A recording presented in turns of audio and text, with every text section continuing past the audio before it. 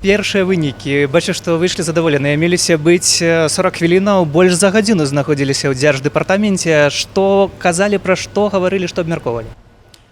Очень тепло прошла встреча. Очевидно, что и госсекретарь Блинкен, и Виктория Нуланд очень обеспокоены ситуацией в Беларуси и всячески на нашей стороне готовы помочь, потому что мы разделяем общие ценности.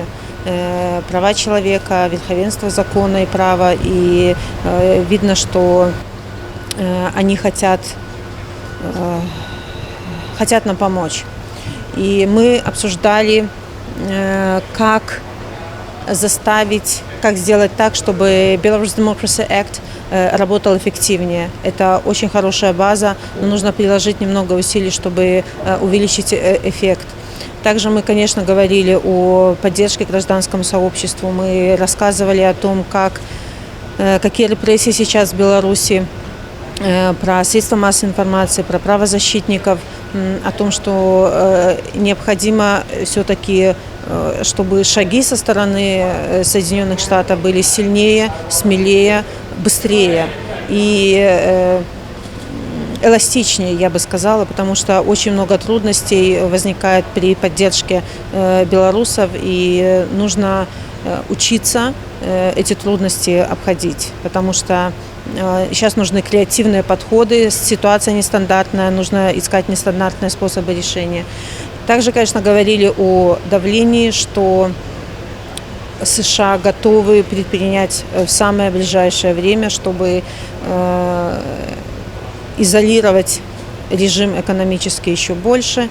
И мы говорим о том, что белорусы, конечно, смотрят на действия США, оценивают, точно так же, как и страны остальные. И США, конечно, может быть чемпионом в распространении ценностей демократии в стране. Для них это очень важно. Я понимаю, что для нас, для белорусов, в этой тяжелой борьбе, может быть, эти ценности звучат немножко странновато, потому что мы видим реальную угрозу, наши любимые реально сидят, и наши дети без родителей страдают, но для них это важно, и мы должны об этом говорить, потому что мы хотим на самом деле, чтобы эти ценности правили у нас в стране. А што датычыць расійскага пытання, бо вельмі часта ўзнікае такі каментар, што трэба ціснуць на Расію і размаўляць з Расіяй. Ці гэты момант узнік у часе размовы? Конечно, вопрос России затрагивался, но, опять же, в таком контексте, что позволит ли Россия демократическим изменениям в Беларуси. У меня ответный вопрос, а почему Российская Федерация должна позволять или не позволять, да? Если у нас не идет борьба между Западом и Востоком, это борьба внутри Беларуси против насилия, против диктатуры, против человека, который силой удерживает власть. Это все. Но, конечно, понятно, что здесь тоже свое видение ситуации. Тот факт, что за 27 лет понимание того, что мы часть России для западного сообщества, его нужно в корне менять, потому что мы отдельная страна с отдельной культурой, с великолепными людьми, и мы должны сейчас рассказывать об этом миру, потому что мир об этом не знает.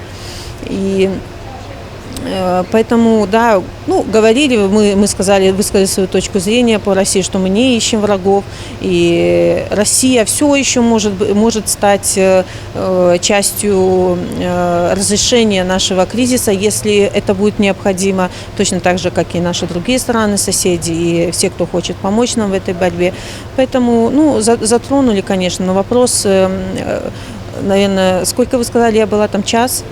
Больш за гадзіну. Больше за гадзіну. Так вот, 97% этого времени мы, конечно, говорили о Беларуси. А што тычыцца дэпартаменту, то якія прагучалі канкрэтныя абяцанні і канкрэтныя крокі? Чаго можам чакаць, можа, ў бліжэйшы час, бо беларусы чакаюць з надзеяй? Вы знаете, По конкретике, вот сейчас остались мои советники в Госдепартаменте.